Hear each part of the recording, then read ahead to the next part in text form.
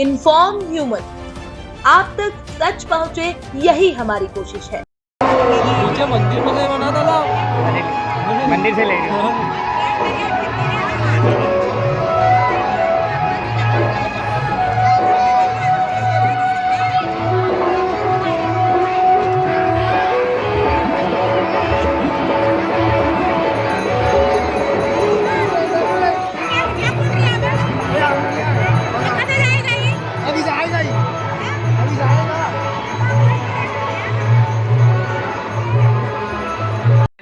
₹40 चालो विनोद, ₹40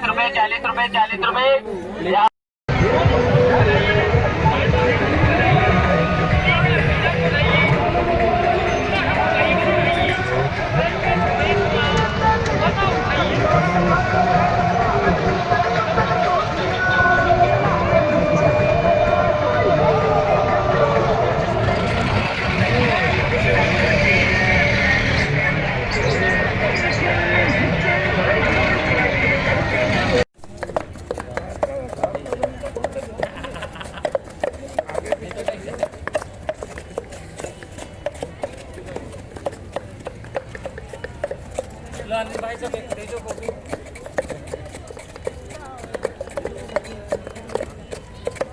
इधर कर लो, एक काम कर, यही करना जो बस यो कराना चाहिए।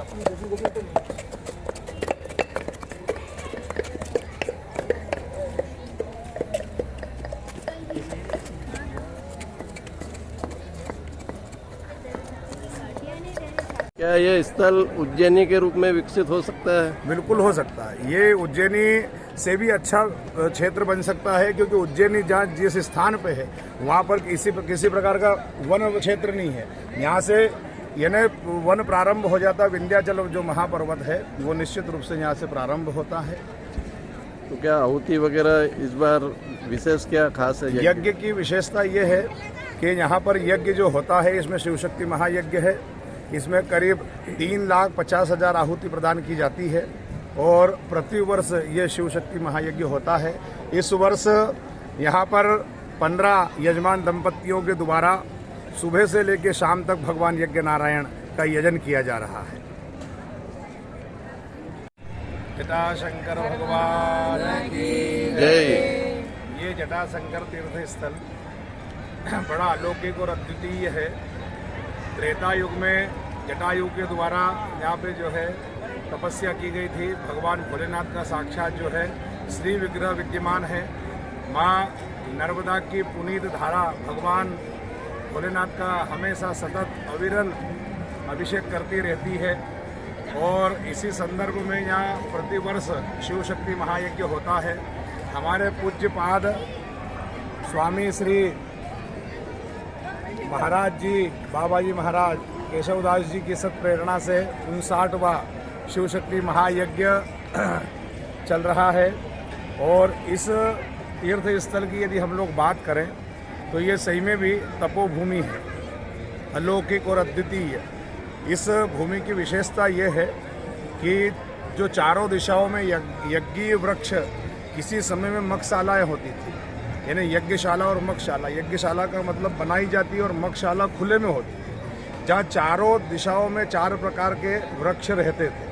पूर्व दिशा में भेपर का वृक्ष होता है, पश्चिम दिशा में और पूर्व में पीपल का वृक्ष। जिस जगह पर हम खड़े हुए हैं ये यज्ञशाला, नीचे भगवान भोलेनाथ साक्षात बैठे हुए हैं, यहाँ पीपल का वृक्ष है। यहाँ से ठीक पश्चिम में यदि हम लोग देखें तो भेपर के वृक्ष के नीचे से जटाशंकर तीर्थ स्थल में हमारा प्रवेश होता है। उत्तर में ऐसा कैसे विशाल वट वृक्ष बरगद का वृक्ष है और दक्षिण दिशा में गूलर का वृक्ष है। इन्हीं 4 वृक्षों के बीच में यह यज्ञशाला साक्षात भगवान भोलेनाथ के स्वरूप में विद्यमान है।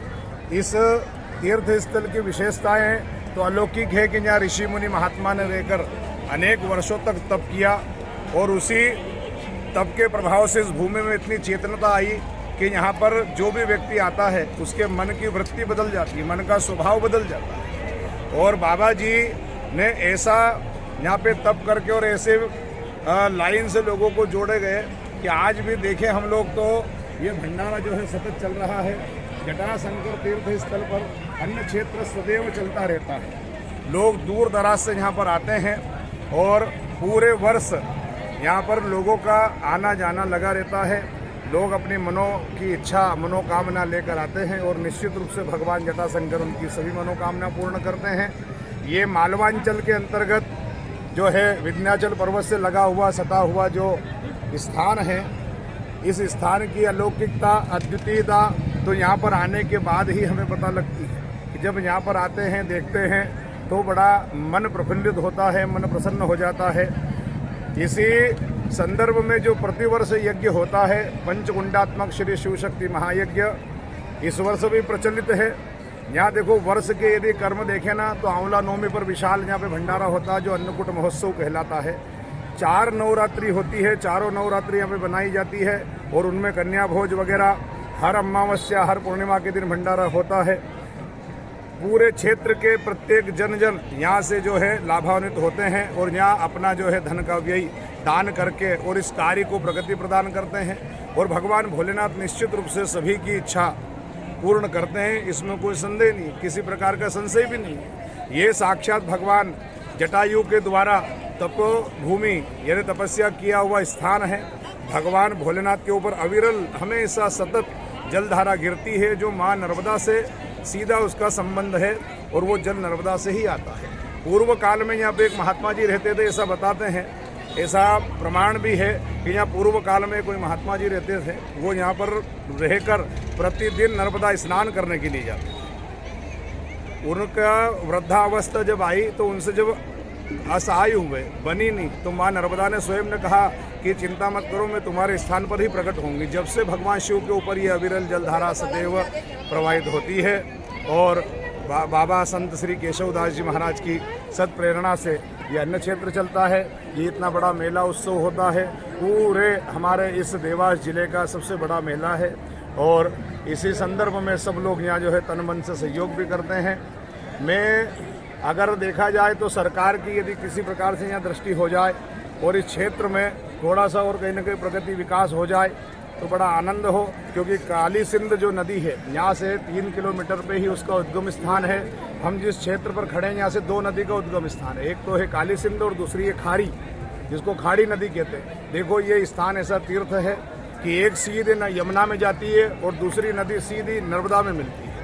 तो इस स्थान की पवित्रता चेतनता तो ये यहाँ पर आकर ही लोग उसको महसूस कर सकते हैं। इसलिए श्रद्धालु बंधु आते हैं और उनकी इच्छाएं पूर्ण होते हैं। भगवान जटाशंकर निश्चित रूप से उनकी इच्छा पूर्ण करते हैं, इसमें किसी प्रकार का संशय नहीं है। और